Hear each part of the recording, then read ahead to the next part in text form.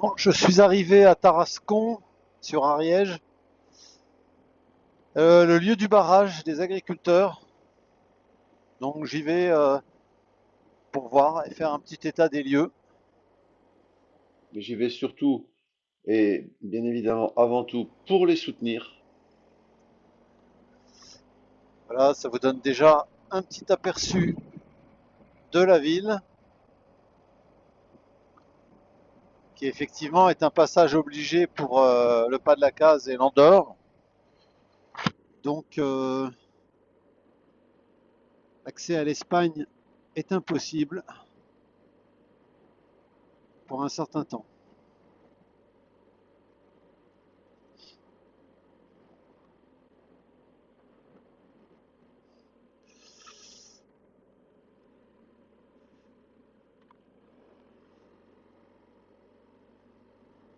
Il fait très beau, il fait 14 degrés. Donc je vais voir s'il y a du monde. Voilà, Tarascon sur Ariège. Bon, la route était déserte, hein, c'était quand même un bel avantage. Personne, évidemment, puisque c'est bloqué.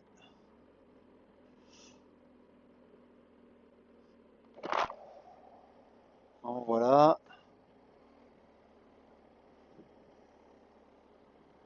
Là, on arrive.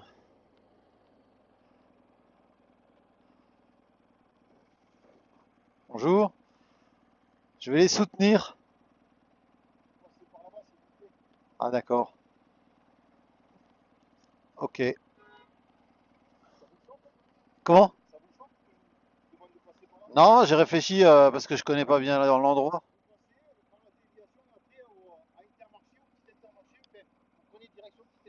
Ah, ok. D'accord, merci.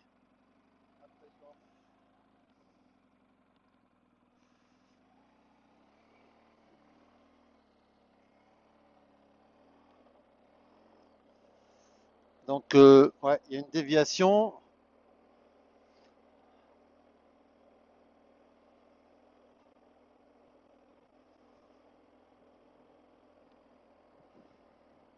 Donc, les Pandores m'ont indiqué une déviation. Donc, après Intermarché.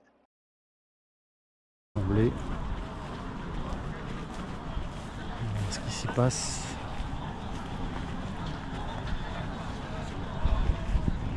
Ouais.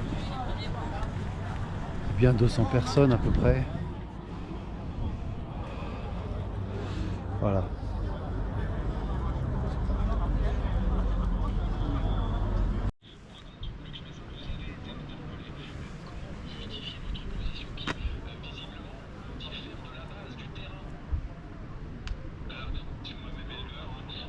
Il est en direct sur BFM?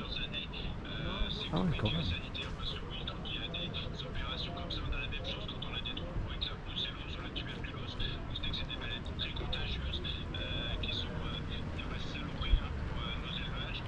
Bon, bon, il y a quand même BFM qui interviewe sur place. Bon, c'est toujours ça.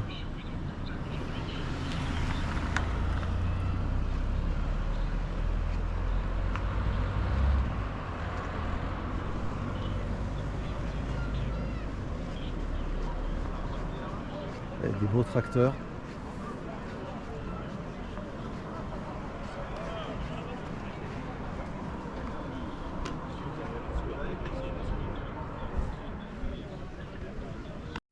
Ah, défaitiste, c'est que moi je suis pas rassuré parce que ça fait plus de 5 jours maintenant qu'on lutte. Heureusement que la coordination rurale de l'Ariège a été là-bas mardi soir dans la nuit pour s'implanter avant les CRS. Pourquoi? Parce que là on essaye de faire bouger les lignes maintenant.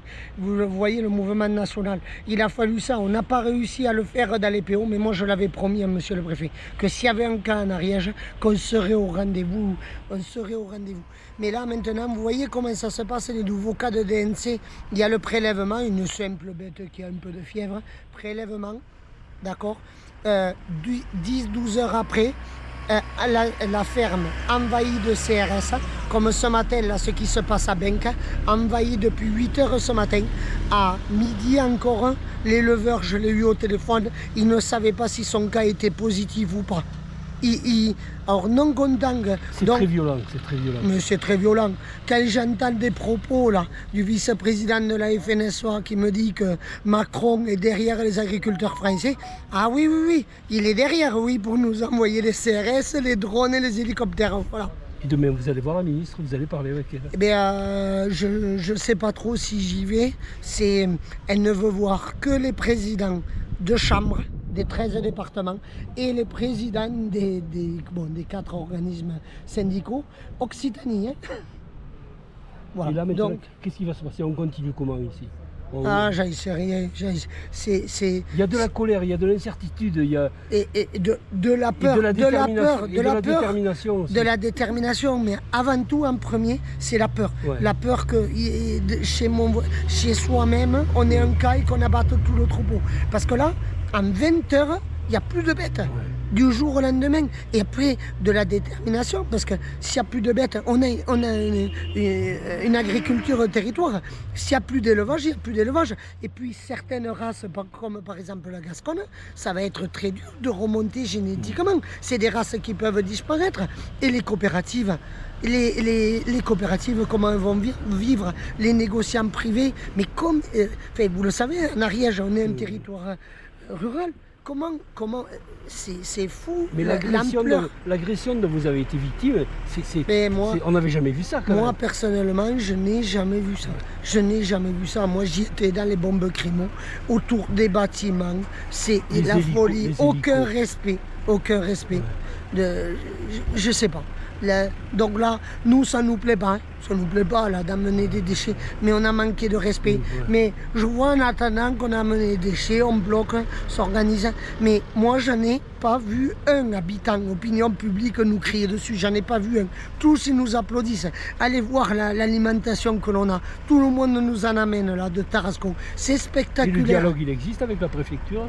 Ah, le dialogue, il existe. Il existe, hein, il n'y a aucun problème. Ouais. J'ai monsieur le préfet 3 fois par jour minimum. De toute façon, ça tient au préfet, parce que là, s'il nous envoie les 34 camions de CRS, on va pas faire un pli. Ouais.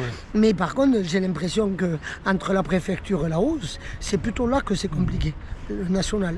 Merci, bon courage. Je vous laisse. Est-ce que vous pensez qu'il y avait un plan derrière d'abattage quand on voit le rapport de la Cour des comptes il y a 2 ans, sans vouloir être complotiste, mais sur Internet, on sait, ça circule, pas sur le mainstream, mais on sait.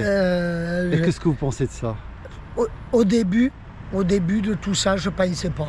En voyant ce qui se passait en Savoie, je ne pensais pas. Mais maintenant, je me pose vraiment beaucoup de questions. Mais même au-delà de ça, on a une maladie, d'accord, elle est classée A à cause de la France et compagnie, mais quand même, sur le protocole, il y a marqué que le pays, quand même, doit faire l'abattage total après avoir utiliser tous les moyens de lutte possibles. Donc mais bon Dieu, nous, la CR 09, il y a des courriers et tout qui sont partis de CR Occitanie. Parce que des fois, elle ne nous répondait pas.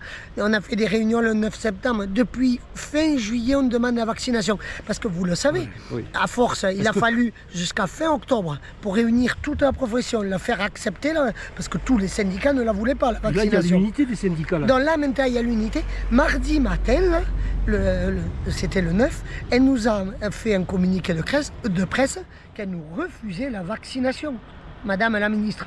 Moi, je ne l'appelle pas Annie, comme la FNSEA. Et l'après-midi, après avoir le cas de DNC au bord de Sur-Arize, concrètement, elle nous l'impose. Donc le matin, elle nous le refuse.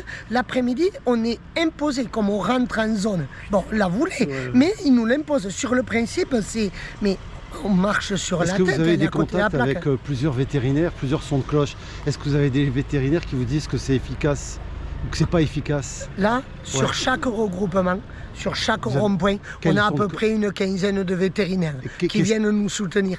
Vous comprenez bien. Est-ce qu'ils disent qu'elle est efficace, la vaccination, ou qu'elle est inefficace? Ah non, mais qu'elle est efficace, la vaccination. Ah non, dans l'ensemble, ils disent ça. C'est qu'ils sont sur les ronds-points parce qu'ils ne sont pas pour l'abattage total. Certains sont pour, d'autres sont contre.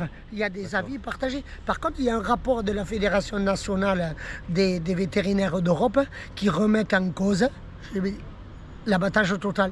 Bien Ça sûr. c'est sorti vendredi. Donc ça voudrait dire, d'après vous, la France surtranspose, comme on dit, les directives européennes. Oui. Elle fait plus. De toute façon, c'est souvent le cas en France. On veut Voilà. faire plus blanc que blanc. Voilà. Je répondrai que ça. D'accord. Et dernière petite question, franchement, Oui. vous pensez que... Comment se fait-il qu'on a détruit l'industrie, que maintenant qu'on détruit l'agriculture? Est-ce qu'il y a un ensemble, est-ce qu'il y a quelque chose à comprendre d'une sorte de manœuvre, d'un ensemble qui serait focalisé sur l'Europe avec une petite destruction rationalisée, une destruction contrôlée? Moi, je n'arrive pas à le comprendre. Bon. Non, promis, l'agriculture, on la voit, la balance commerciale, elle est en déficit de plus en plus. Mais comment l'État, le gouvernement ne réagit pas? Est-ce que c'est... J'espère qu'il y a une contrepartie. J'espère, hein. Parce que sinon, qu'on meurt comme ça, parce que les gens ils vont aller manger, mais n'importe quoi. Parce que là, vous le savez ce qui se passe, les broutards. On les envoie en Italie pour se faire engraisser. Et ça revient dans notre assiette. Pourquoi? Parce que ça coûte moins cher de faire ça. Et posez-vous des questions. On en a des territoires. On peut faire des contrats avec les éleveurs. Nous, personnellement, là-bas, à Ariège, avec les éleveurs de montagne, on s'entend super bien. Allez voir, là, il n'y a pas que des éleveurs, il y a des céréales. Mais comment se fait-il qu'une maladie du Nil atterrit en Savoie, puis tout d'un coup elle saute dans le Gers, puis après elle saute en Ariège?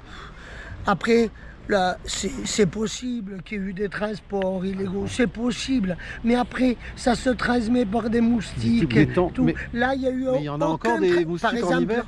Par exemple, mais au bord de Sur-Arise, il n'y en a pas eu de transport. Ils n'ont pas acheté. Ils ont acheté des bêtes dans le 65.